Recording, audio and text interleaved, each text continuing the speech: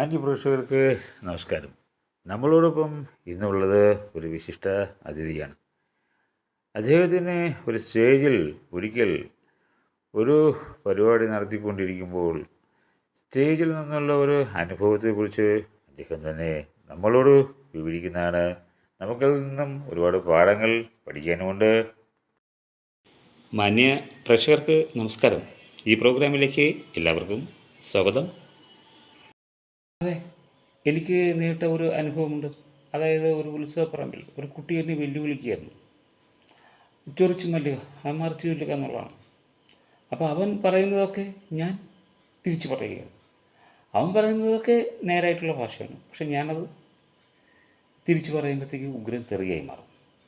അപ്പോൾ ആദ്യത്തെ കുറച്ച് നേരം ഒരു ബസ് അവിടെ നിർത്തി. ആ ബസ്സിലെ ആൾക്കാരെല്ലാം അവിടെ ഇറങ്ങി. വീണ്ടും അടുത്ത ബസ്സിലെ ആൾക്കാരും അവിടെ ഇറങ്ങി. കുറച്ച് കഴിഞ്ഞപ്പോഴത്തേക്ക് പഞ്ചായത്തിലെ ആൾക്കാർ ബസ് പിടിച്ച് അവിടെ വന്നിറങ്ങി. വീണ്ടും ഒരു ബസ് പിടിച്ച് പഞ്ചായത്തിലെ വേറൊരു ഭാഗത്തു നിന്നുള്ള ആൾക്കാർ അവിടെ വന്നിറങ്ങി. അങ്ങനെ ഉത്സവ കമ്മിറ്റിക്കാർ നോക്കിയപ്പോൾ ആളിൻ്റെ ബഹളം.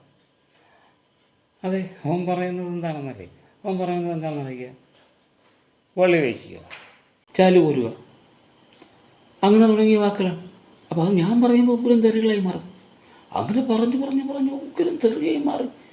അങ്ങനെ ആദ്യം ഒരു കുട്ടി എൻ്റെ അടുത്ത് മുട്ട എടുത്ത് തലയ്ക്കിറങ്ങി. പിന്നെ ആൾക്കാർ കല്ലെടുത്തിറങ്ങി. അപ്പോൾ എനിക്ക് മനസ്സിലായി പന്തിയിറങ്ങി. ഞാൻ അങ്ങനെ ഓട്ടം വച്ചു കൊടുത്തത്. പിന്നെ നിലയില്ലാത്ത ഓട്ടം, പിന്നെ അങ്ങനെയൊക്കെ രക്ഷപ്പെട്ടു. പിന്നെ അവസാനം ചാണകത്തിൽ വീണന്നു. അങ്ങനെയൊക്കെ ഘോഷയാത്ര കൂടുതലൊക്കെ ഞാനിങ്ങനെ ചാടി രക്ഷപ്പെട്ടു പോയി എന്നുള്ളത് മാത്രമേ ഉള്ളൂ.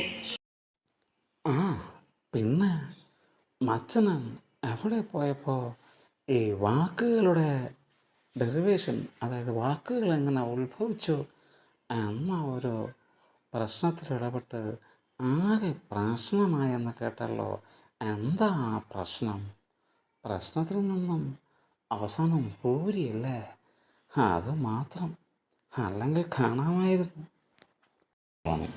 അപ്പോൾ എനിക്ക് കിട്ടിയ വാക്കെന്ന് പറഞ്ഞാൽ നല്ലൊരു വാക്കാണ്, വളരെ പരിശുദ്ധമായ വാക്ക്. അത് തന്നെ പരിശുദ്ധം എന്ന വാക്ക് തന്നെയാണ്. അപ്പോൾ ഈ പരിശുദ്ധം എന്ന വാക്ക് ഡിറൈവ് ചെയ്ത് വന്നത് എങ്ങനെയാണ്? അപ്പോൾ അതിൻ്റെ മാറ്റി കഴിഞ്ഞാൽ റായിട്ട് കഴിഞ്ഞാൽ എങ്ങനെയാണ്? അത് ശുദ്ധമാണ്, അത് ശുദ്ധമാകണം എന്നതാണ് അതിൻ്റെ എക്സ്പ്ലനേഷനെ കുറിച്ച് ഞാനങ്ങനെ വന്നത്. അങ്ങനെയാണ് ഈ വാക്ക് ഉരുത്തിരിഞ്ഞ് വന്നത്. അങ്ങനെയാണ് ഞാനങ്ങനെ വന്നത്. ഇത് കേട്ടുകൊണ്ടിരുന്ന ആൾക്കാർക്ക് വീണ്ടും നല്ല തെറിയായിട്ടൊക്കെ തോന്നി. അവർ എന്നെ മറ്റേ കിക്ക് ബോക്സിങ് ഒക്കെ കുറേ താരങ്ങളിങ്ങനെ വന്ന് നിൽക്കുന്നതായിട്ട് എൻ്റെ മനസ്സിലിങ്ങനെ തോന്നി. അപ്പോൾ ഇവരെ പെർഫോമൻസ് കണ്ടപ്പോൾ ഞാൻ പിന്നെ നിന്ന വായിൽ ഒന്നും പറയാതെ ഒറ്റ ഓട്ടമാണ് അവിടെ നിന്ന് വച്ചു കൊടുത്തത്. ഓക്കെ, അവിടെ നിന്ന് കിട്ടുന്ന ക്യാഷ് ചികിത്സയ്ക്ക് മതിയാവാതെ വരുമെന്ന് ഉറപ്പായിരുന്നു. ഓക്കെ, എന്താണ് വാക്കെന്ന് പറഞ്ഞത്?